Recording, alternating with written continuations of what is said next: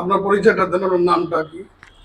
আমার নাম মোহাম্মদ শহীদুল ইসলাম, মালিবাগ বাজার বাসা। আপনার বাড়ি কোথায় আপনার? আর নারায়ণগঞ্জ রূপগঞ্জে। রূপগঞ্জ।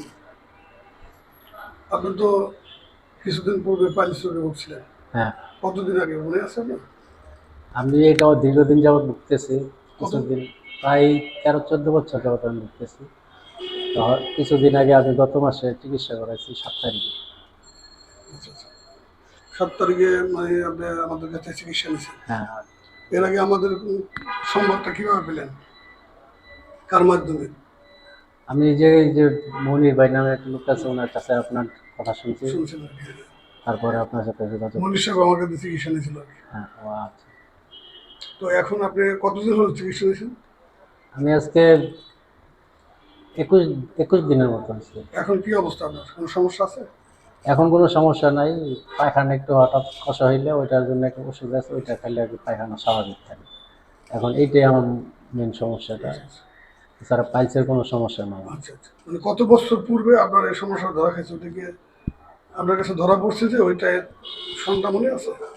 আমি আর কি আগে থেকে আমি বুঝতে পারি নাই, আমার কি কোনো ব্যথা ট্যাথা করে নাই, হঠাৎ হঠাৎ রক্ত বাড়ছে। এটা 2017 সালের থেকে। 2017 সালের থেকে দেখা গেলো আজকে একটু রক্ত বেরোচ্ছে, আবার 2-3 মাস গ্যাপ গেল, আবার হঠাৎ করে আর কি ওয়েদারের সাথে আমার এটা কানেক্টেড। ওয়েদার যখন শীত হয় তখন শীতের সময় একবার বেশি হয়, আবার কিছুদিন আবার শীতের সাথে আপনার করে আবার শীত চলে গেলে আবার তখন হয়, আবার গ্রীষ্মকে আর কি ওয়েদারের সাথে এটা আমার হয়ে যায়। মানে ব্লিডিংটা যে হতো মাঝে মাঝে হতো, মাঝে মাঝে হতো। হ্যাঁ, বন্ধ হয়ে যায়।